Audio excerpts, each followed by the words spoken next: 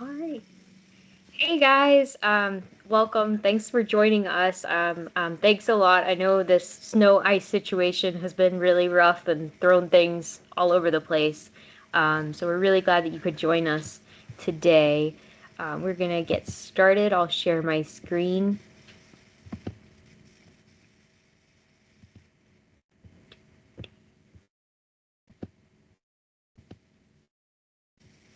So we have the Digital Support Made Simple webinar series. And today we're starting with Ask, Assess, Assist.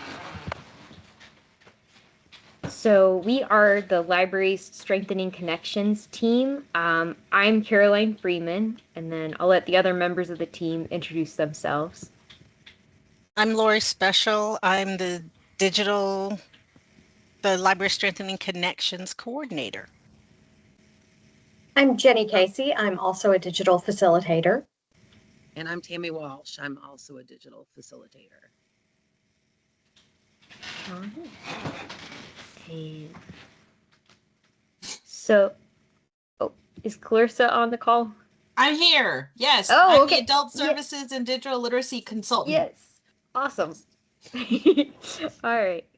So then, whoops, too fast. Our agenda for today, we're going to talk about active listening. We're going to go through the steps of how to use Ask, Assess, Assist when helping patrons with digital questions. We'll do a breakout group. We probably won't do a breakout group. We'll probably just have a group discussion since it's a small group. And we really want this to be interactive. We really want you guys to talk a lot, share a lot in the chat so we can work together. But yeah, so it all begins with active listening. Super important. So in the survey, pre-registration survey we sent out to you guys, we asked you, what do you think is the most difficult part about supporting patrons with digital questions? And so we saw that the top 3 responses were that patrons have little tech background or knowledge, so it feels hard to know where to start with them. Patrons don't remember their passwords. You have to go on this password odyssey, I call it, to help them. Or you explain tech in a way that patrons can understand. So it feels hard to figure out how to explain it to people. So we'll do a little poll in the chat and we'll see what you guys think is the most difficult.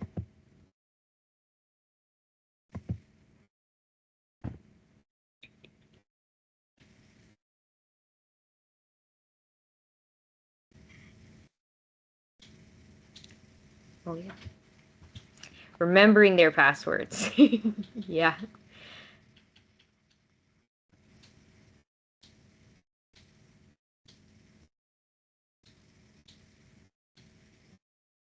Yeah, I think it's really important. Patrons always want to write it down on a scrap of paper, and I'm always like, no, not a scrap, please. I think the paper notebook is a really great way for them to keep their passwords. I don't even remember all my passwords. It's too many to keep up with. Yeah, it could be overwhelming sometimes. I think like I've seen some password notebooks that are like old address books where they have the letters. So those can be helpful for finding like the letter for like if I'm looking for Facebook, it's under the F tab.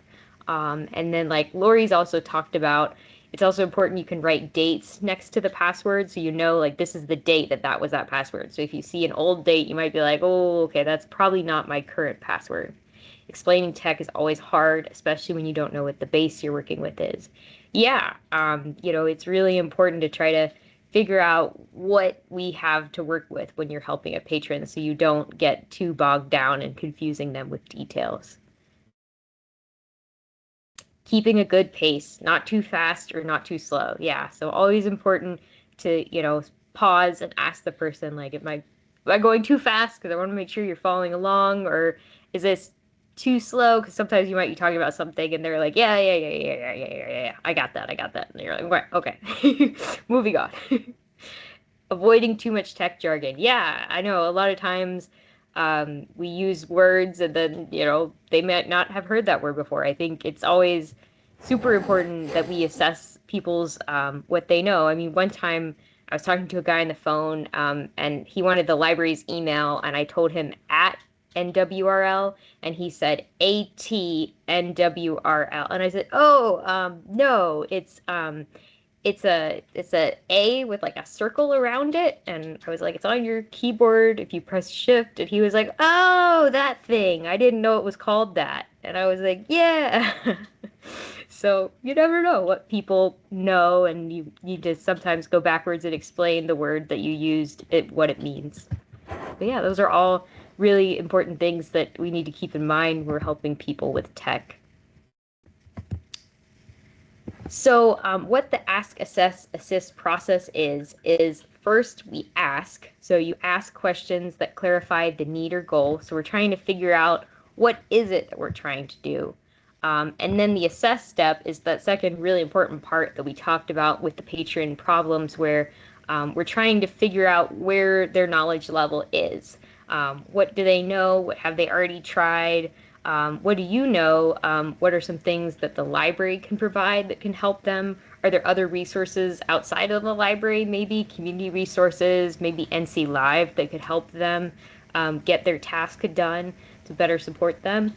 And then the third step is assist. So once we know what we're trying to do, and once we know what we need or what we have to get it done, then we can finally assist and then work through the task to support them. So active listening is super important because we get a lot of information about the patron from this. So you concentrate, you understand, and remember what they're saying. So really paying attention to a lot of body language and how they're talking. If they're nervously looking at their phone a lot, this can really help us better understand where they're at with this problem. And I think it really could really completely change the patron interaction if you're responding with better body language to them. If you're looking at them, if you're facing towards them, it's super important to use verbal affirmation back. You can say like, oh, okay, I see that, or like, that makes sense, or even just the that can really help to show that you're paying attention, you're engaged with them. It's important too to paraphrase back to them what they're saying to make sure you guys are on the same page. Sometimes you might repeat something back to them and they'll say, no, I don't want to do that. What I really meant to say was that I want to do this other thing. So that can really help to make sure you guys are all on the same page. So yeah, and then this is another nice graphic on the principles of active listening. It's super important to be empathetic and open-minded to patron problems. A lot of times there is a lot of frustration and embarrassment when patrons are coming for tech help, and they'll just say like, oh, this is a really dumb question, or I'm really stupid for not knowing this. And it's just like, no, it's totally fine. It's totally okay. And explaining to them how to help that problem and giving feedback. So, how did you guys use active listening this week at the library? So we talked about in the pre-work about how you can use it at the library, and so it's, you can see.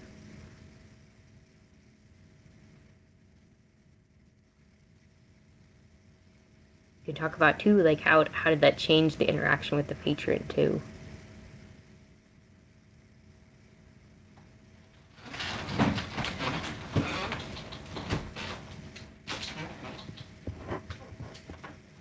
I think it's important too. Sometimes they can say like, "Oh, I know you've got a lot of things to do," and be like, "No, like right now, yes, there might be someone who comes to the desk, and if there is, I'll go over and help them. But right now, there's no one at the desk, so my focus is on you. I'm here to help you." So that's always important to make sure that they understand that. Repeating back to them eye contact and facial expressions in the technology class. It's important to read the room. Yes. Yeah, it's always important to notice. Are they like tuning out? Are they following along? And then check back in them with them to make sure that they're on the same page.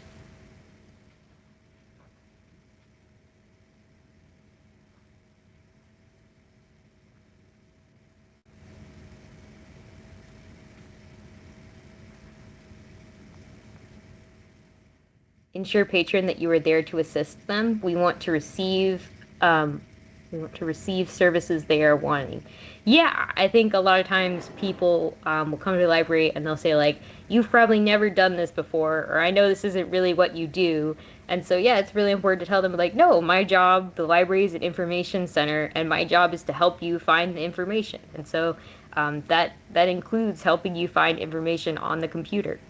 So we can help you with digital tasks as well. So that's really important to help patrons understand that it's not they're not bothering you. It's not something that you're not supposed to be doing. It's totally normal and it's part of your job. Exactly. I may not know the answer, but let's find it together. Absolutely. So yeah, we're not same as like with books. We're not expected to know about every single book that the library has, but we are expected. We can help them find the information for the book that they want.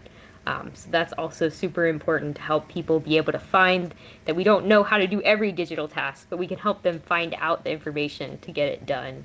And asking clarifying open-ended questions is also super helpful, that we don't just ask yes or no, but we are asking details about what they're trying to get done to try to find out more information.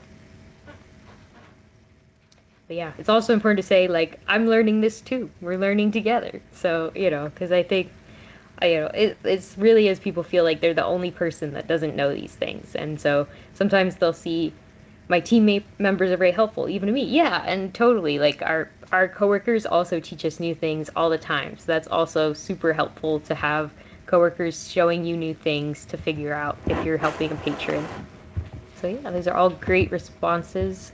So active listening, yeah. So like I was saying, it builds trust with the patron. It can lead to a much better interaction. It'll reduce an emotional barrier before you have a technical barrier. So we won't have as much panic before we're starting to get to some tech problems that might cause more panic. And it helps clarify the information and their support needs and avoid miscommunication. So we're not moving forward on something that wasn't what they wanted.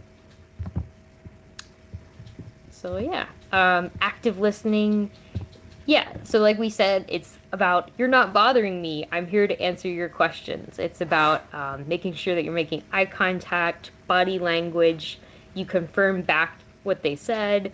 So all of these are very important. And feedback builds trust. So if someone says like, I'm never going to learn this. I'm so confused. I don't understand it. You could say, that's why we're here. So, you can talk to me about what's confusing. And if someone, a bad response would be if someone says, what is this ribbon? You shouldn't say something like, you should be able to find it by now. It's at the top of the screen. So it's always important to say, no, that's totally fine. The ribbon is at the top. So it's important to say like, no, it's fine to ask questions. You're not going to get everything the first time. It will take practice, and that's totally okay. I'm sorry to bother you. Can you help me? So it's always, it's my job to help. Your question is job security. So it's important to provide that positive feedback back to patrons.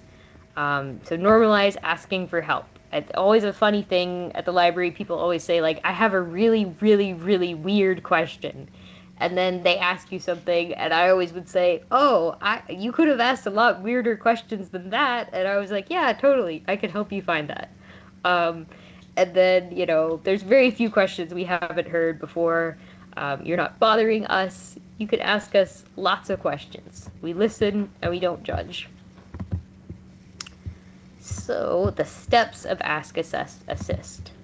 So the ask portion is about, this is when the patron first comes in and we're trying to figure out what it is we're trying to do. So we want to help identify their goal by asking clarifying questions. And then once we think we understand what the task is, we say it back to them in plain language. So if someone comes in, we might say, hi, what brings you in today?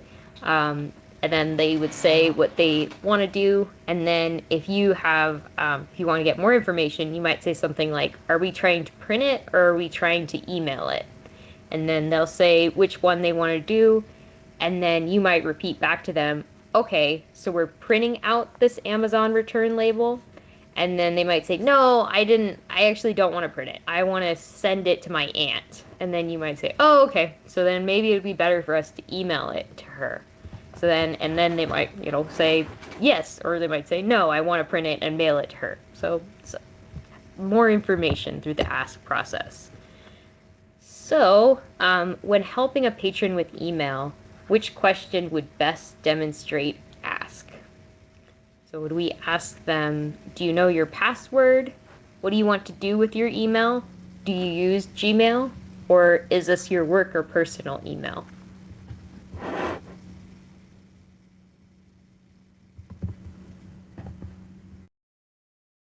And we've got a poll.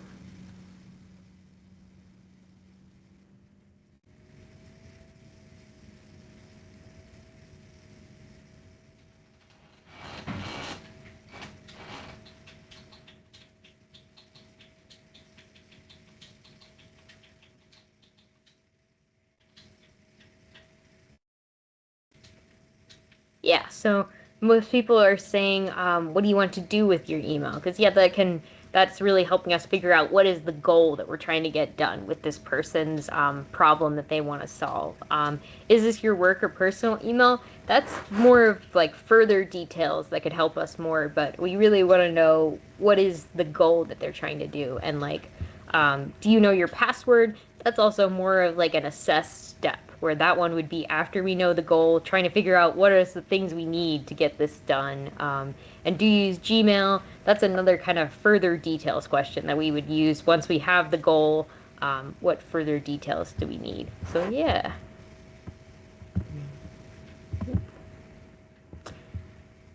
Okay, I feel like I went too far, but no, I didn't. Okay.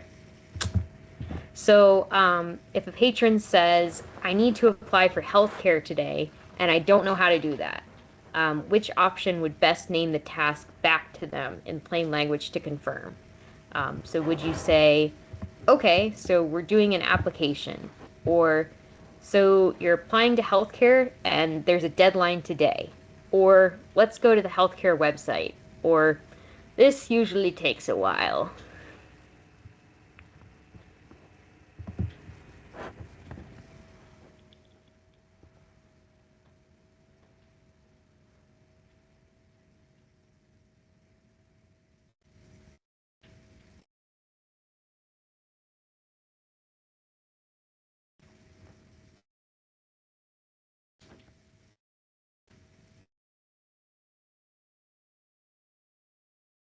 Number one.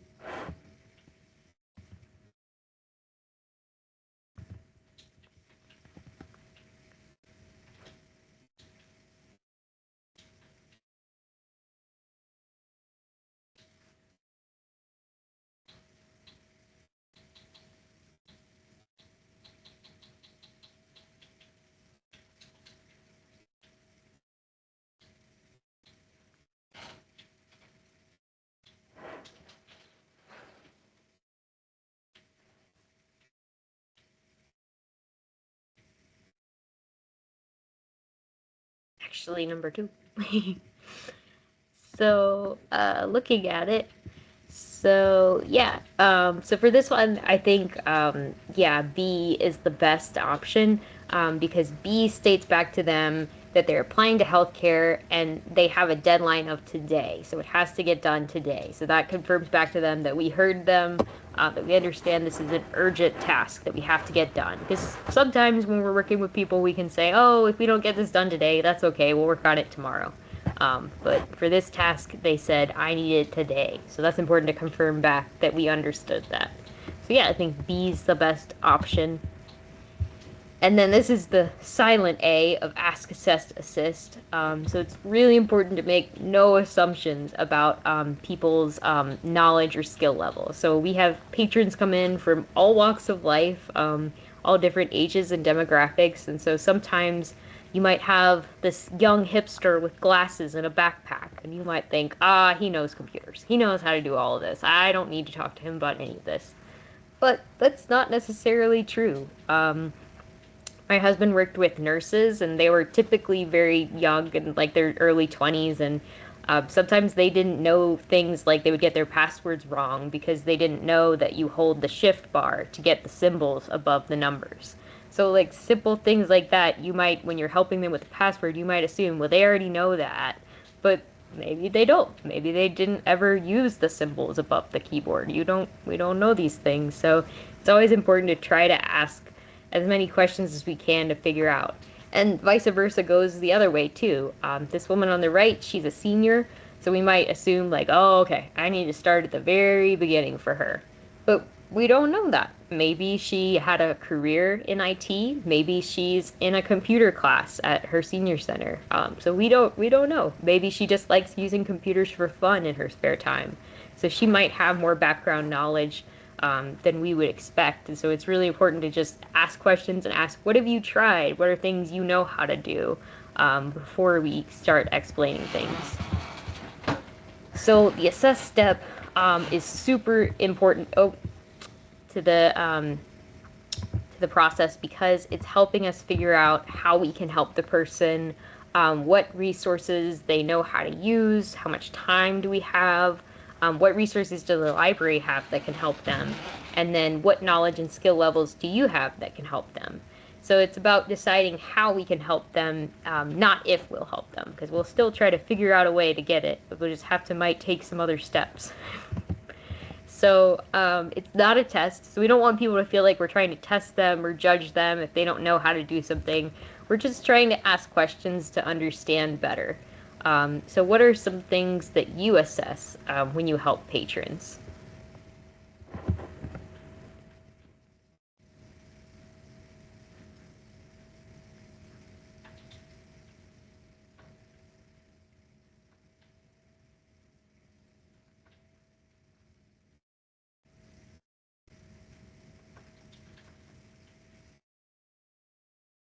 Confidence level, yeah. So sometimes people are really even nervous to touch the computer because they're like, oh God, I don't want to break it. But sometimes people are like, yeah, I know how to do this. Click, click, click, click, click. But this part is the part that's really I'm stuck on. So that can better help you understand what they already know how to do. What their computer literacy level is, yeah. So sometimes maybe they're using terms, so they're saying a lot of things like, I used this cell in Excel and then it moved. And so that would tell you more than someone who was like, I used the Microsoft thing with the boxes and it moved and I don't understand what's going on. So that would show you a different level if they're using different terms of computer literacy than someone who's kind of not sure what the words mean. So that can better help you know what you're working with. But yeah, all important clues and all important to use active listening to pick up on these cues that might tell you what you're working with.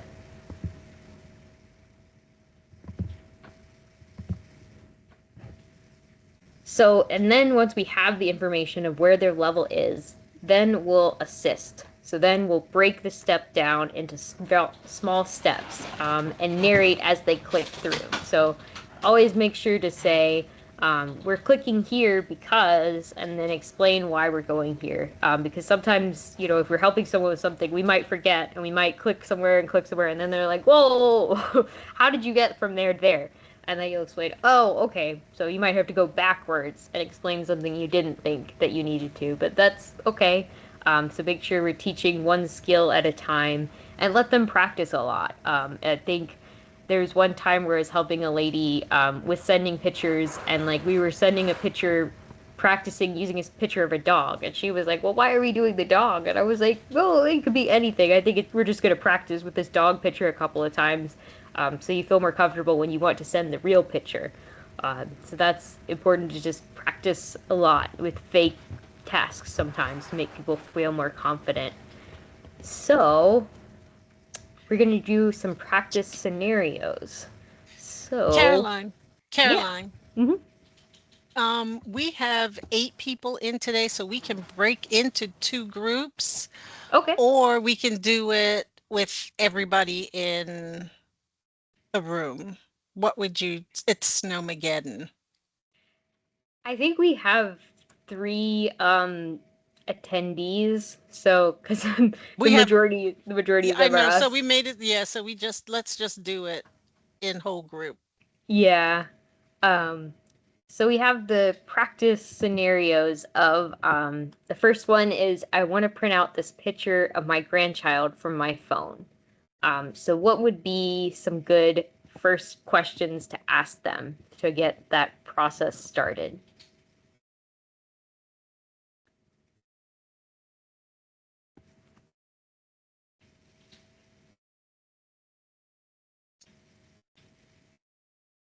What kind or size of picture they're wanting? Yeah, super important. Yeah, we don't want to assume they want the full page because sometimes people want a smaller picture. So try to figure out what is the size, or maybe they even want a specific size and try to get that specific size or as close to it as we can with the printing of the computer. And you all can use your mics if you'd like. You can speak. Yes. But yeah, so that's an important first question. Oh, where is it stored? Where is it stored? Yeah. Is it on your phone? Is it on the internet? Is it on Facebook? Is it on your computer? Do you have a flash drive? So how are we getting this picture? So that's an important first question. And then, oh yeah, and then Derek has one too.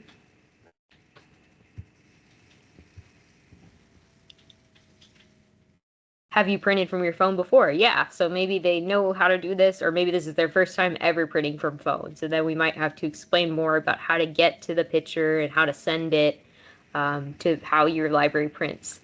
Yeah, and then once we understand those kind of details, what would be a good way of assessing the person's skill level with this task?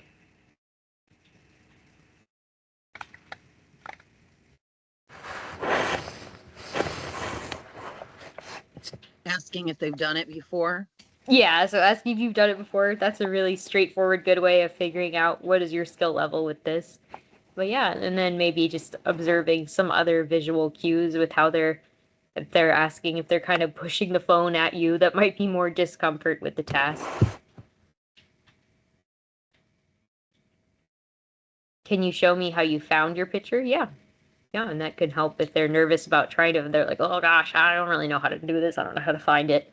That might help you more understand their skill level. And if they're like, doop, doop, doop, doop, there it is. So that would help. And then when we assist, what would be something, a good example phrase of something to say to them while we help them print it?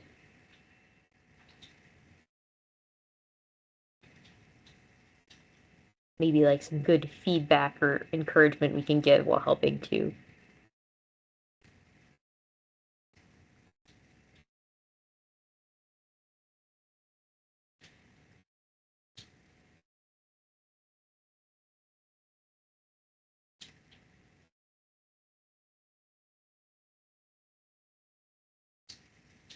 I work hard to resist the urge to do it for them. Yeah, there is a lot of pushing the mouse and pushing the phone at you. Um, oh yeah. So the question was, once we have the information of the goal and once we have information of how they their skill level with the task, then what are some phrases we could say when we're helping them or reassuring them maybe when we're working through showing them how to do it.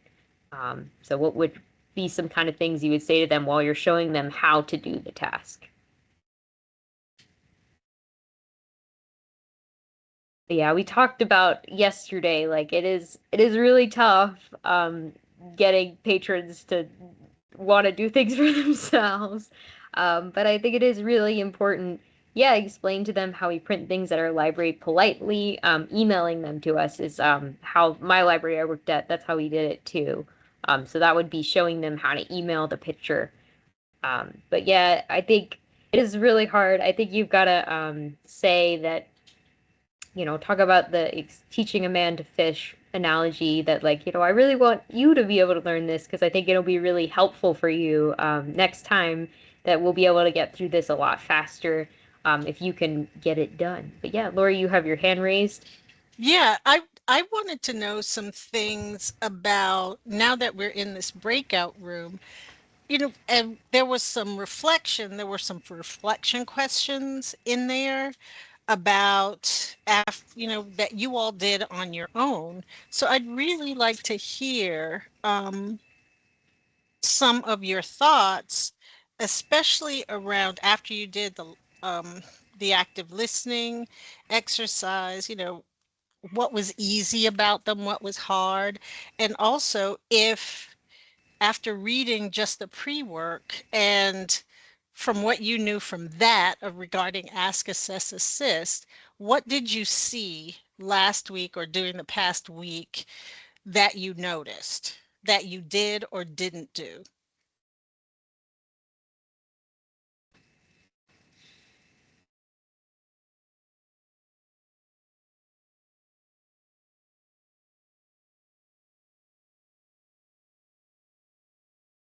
But yeah, I like what Larry said about you try to explain steps and encourage them to do it themselves so that they learn. Because yeah, that's the most important thing is that you know, I said yesterday, I was like, I don't know if this is too mean to say, but like I think sometimes we would have library patrons who would say, I want Caroline to transcribe all of my voicemails.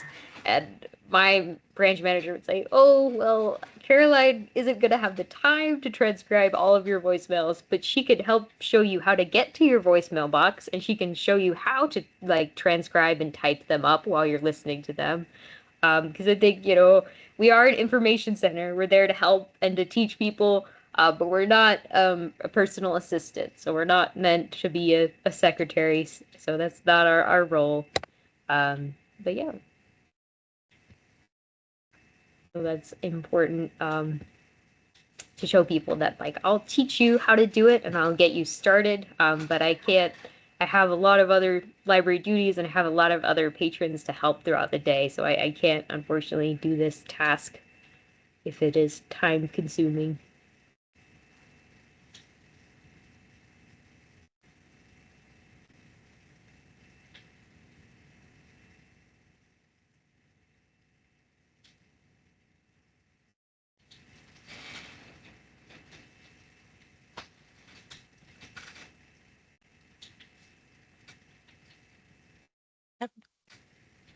What do you all do when a patron is obstreperous? They're just like, you are going to do it for me. I am not going to do it.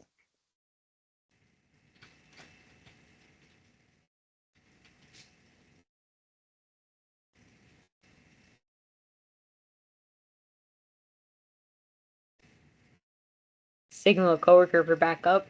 Yeah. Sometimes, yeah, because sometimes people can be like, well, just Derek's being difficult, but if I have Christine help me, then Christine will get it done. So sometimes it helps to have multiple coworkers say, no, this is our across the library policy that we won't do things for you, but we'll help teach you. We're not allowed to do that. Mm-hmm. And Larry, on some of these national calls, we had one person talked about the fact that she was working with someone on accessing and digital literacy, and she saw some child pornography on his phone. And then it became a question of, what do I do with this? That was so if we have, because she was doing it on his phone, and then all the library people that were on this call were like, we never touch people, we don't touch people's phones, because what do you do with that information? Or if something happens to their phone and they come back and they say, oh, that library person broke my phone. Mary says that I haven't run into that yet, but I think something along the lines of what Caroline Mm-hmm. said, maintaining boundaries and offering to help in the ways I'm able. Mm-hmm. Um, And then Clarissa said to be firm and polite, and you can ask them if they can bring a family member or friend with them who can help them. So that can be good if they can help them while, if you are called to the desk for something, that family member or friend could help them with the task while you're helping people at the desk. Exactly. That's why we do not touch phones. Yeah, that can be Mm-hmm. tough. I know sometimes we've heard people say something about like, there might be like blood on their phone or all kinds of other stuff on the phone. So People it take is, their phones into the bathroom. yeah, all kinds of stuff. Yeah. But yeah, you could do if someone came in and they said, I want to send this picture of my dog to my friend in an email, what would be some of the first questions that we would ask that person?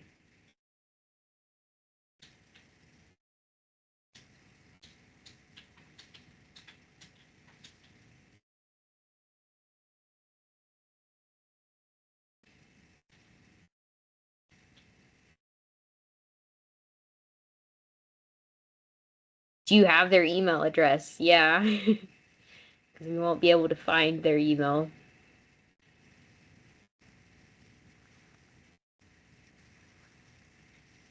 Sometimes people would ask the library, they'd say, can you give me X's phone number? And we'd say, no, no, no, no, we can't give you people's phone numbers or emails. Where's the photo stored? Yeah, so similarly to the other one, we need to find out first, how do we get to this picture to email it to them? Do you have a smartphone? Yeah. How are we able to get it from your phone? Do you mean send it as an attachment? And then show them the attachment icon so they can recognize that in their email. Rephrase the question back to them to make sure that you understand what they're asking. So yeah, you might say, okay, so we're sending your friend an email with this picture of your dog. And then they might say, no, no, no, not an email. I wanted to send it to them in Facebook Messenger. And you'll be like, oh, okay, so that's different. Um,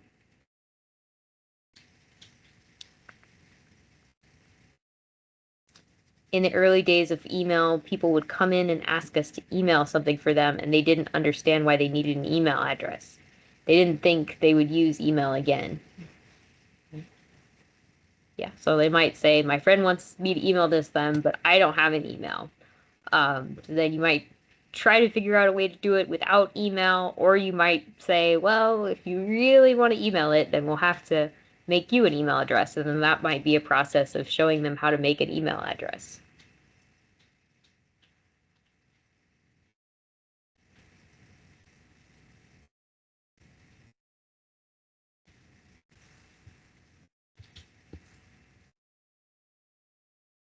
Or receive emails. That was the usual question. Lori, they wanted to receive emails, but they didn't want to have an email. They didn't understand that the email would just come to them because there was phone and fax. Mm-hmm. And, fax, they would sometimes you come to the library and you have people call and we get your fax for you. And they're like, why can't you do this with email? It's just like the fax. It's like, it's not. Not sure you all email docs to the patron, but we email it to the patron and then they forward. We do not email to anyone but the patron. Yeah. Yeah, I wouldn't expect that like you use the library email to email like another third party person. I think it would be like showing them how to use their email to send it to the person. But yeah, I same as like giving out people's phone number and stuff. I wouldn't feel comfortable if someone said a third party person send them an email. I'd be like, oh no, no, we'll show you how to do that on your email. Uh, but That yeah, was and in the then that was in the olden days, Caroline. The very, very olden days. well, I mean, there's still a lot of people who don't want to have an email. But yeah, when I worked at Barnes and Noble and they changed it to where you needed to have an email for the rewards, there was a lot of rioting. There was a lot of angry people who were like, "I'm never having an email." And I was like, "Oh yeah, well, I'm sorry." But yeah, so I mean, that's people's right. That's people's privacy if they don't want to. But yeah, just so if they didn't want to make an email, just explain to them other different ways we could do it without having an email. Um, but yeah, and then once we got those details, how would we assess their comfort level with sending this email to their friend?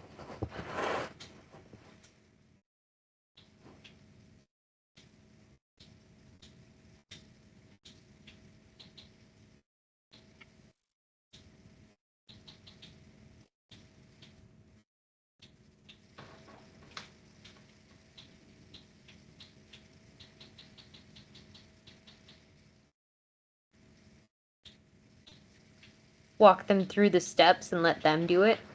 Yeah. So yeah, you could explain it to them and then see their comfort level with doing it.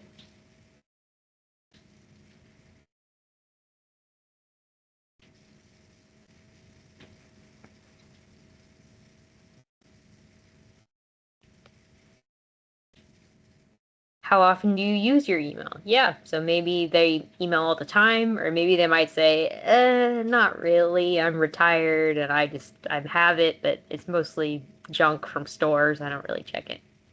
So, that can help a lot. But yeah.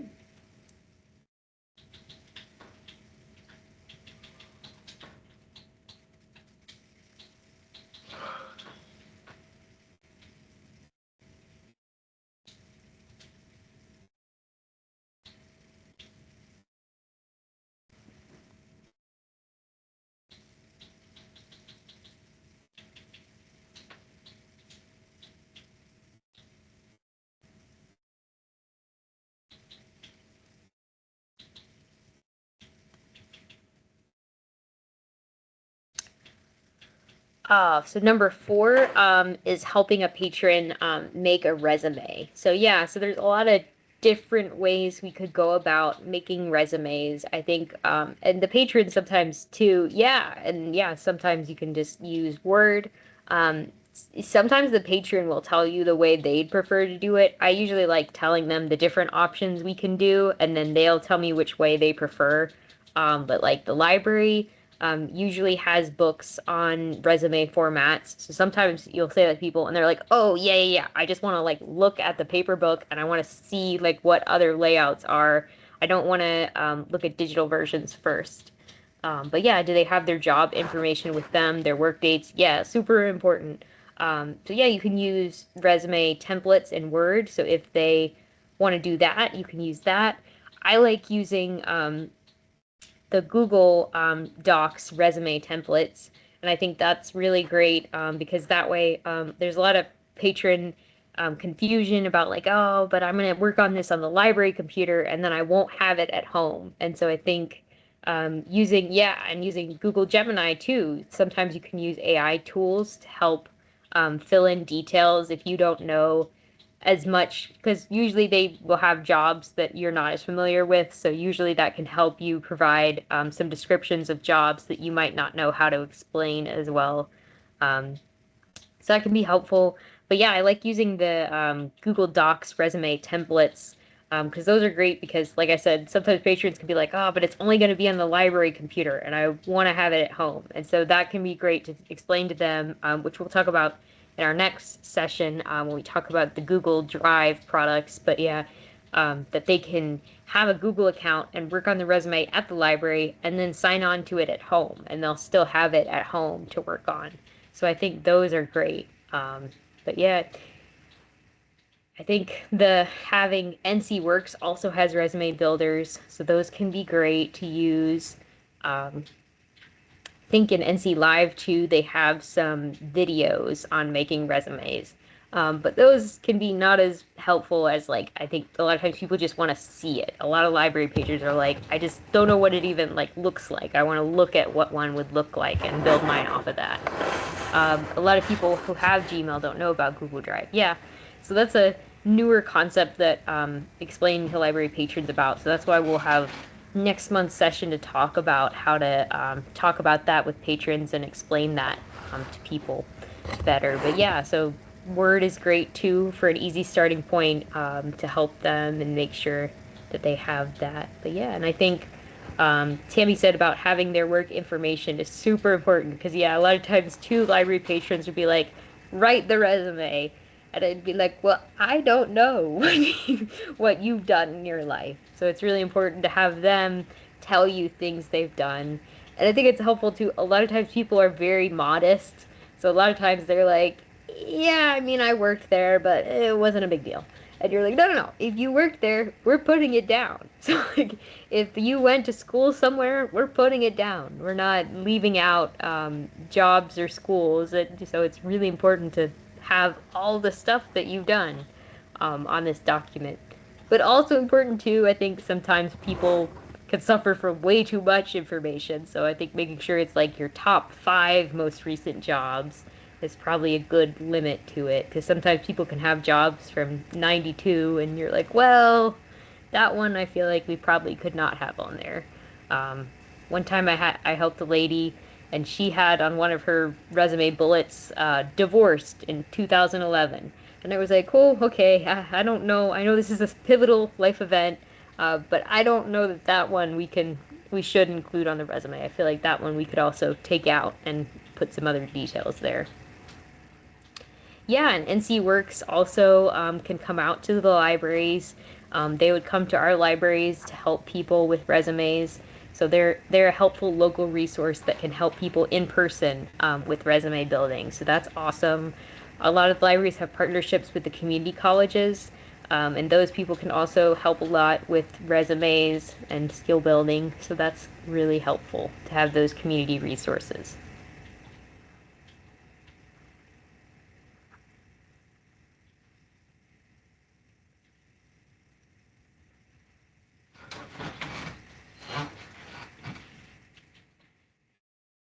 Yeah, the Learning Express library. Yeah, that's what I was thinking of for the one that I think those are like videos on how to build resumes.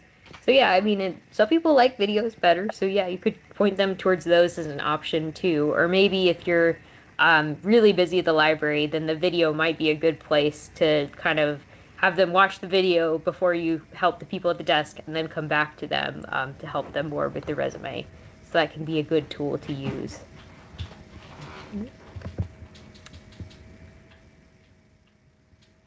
So we'll move on. So yeah, so Hey, we're reaching the Caroline. end. Oh, sure, Sorry about that. I have a question for everyone. sure. Well, not a question, but I just got an email that says GCF Hmm. Global was just purchased, and now some of the content is missing. So I know in libraries we use GCF a lot.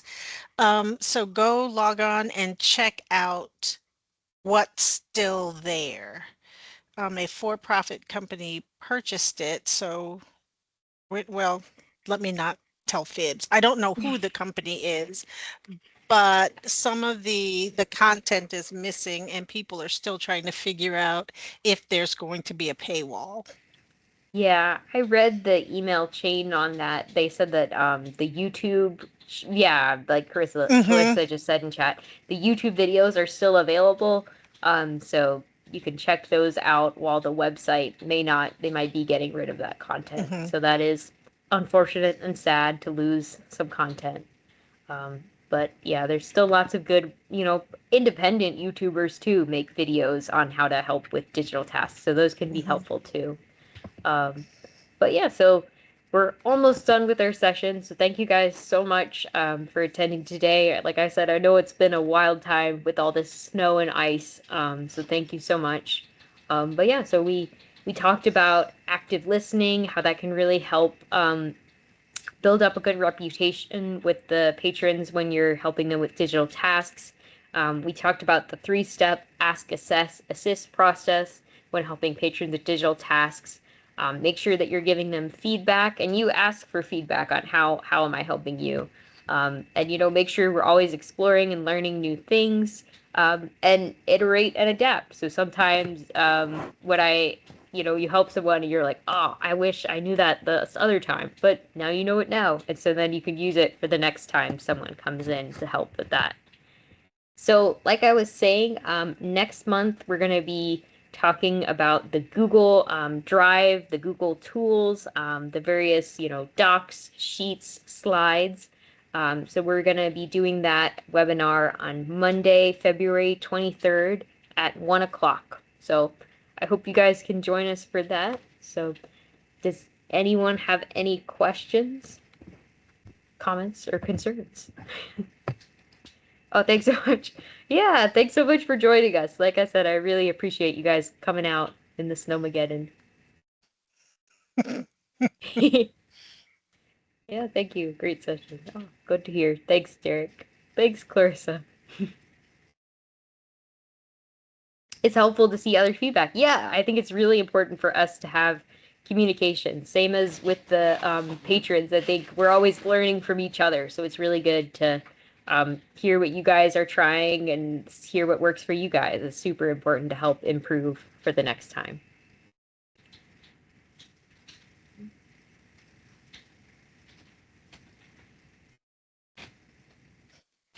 So if that's it, thank you all for joining us today. Stay warm, stay safe, and I'm not the only one hopefully, that struggles to help patrons. Yes, absolutely. Yeah, we're yeah. all in this together. We're all trying different Mhm. things and seeing what works and what doesn't and adapting. So it's really important. And then, with the patrons too, I think it's always really important to be like, because I think a lot of times they see everyone clicking away next to them in the computer lab and they're like, oh gosh, I'm the only one that doesn't know how to do this. But yeah, we're learning with you. So yeah.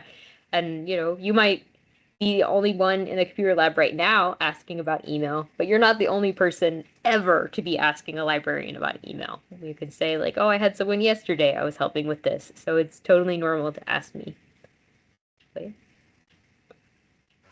I really love to get questions that I don't know the answer to or don't yeah. know how to do it. I call those tasty questions. It's like, oh, I would tell patrons, I don't know the answer to that. Oh, it's making my mouth water. Thank you for that tasty question. Mm. Yeah, the Larry says someday we may be the patron seeking help. So yeah, Mhm. like we said before, sometimes you might not know and you might ask your coworkers for help. So sometimes we learn from them too. I call them a dog with a bone. I'm not letting go until I get it. Yeah. We really want to figure out how we can help people.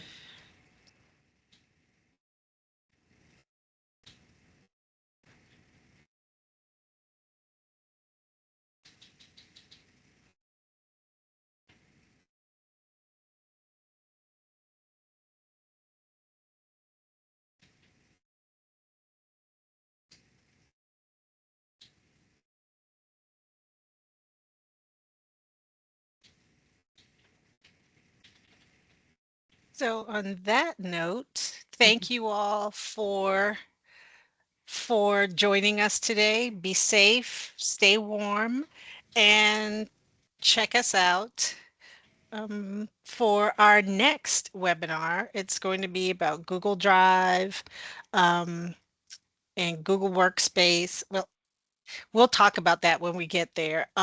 And there will be three others in the series, one a month.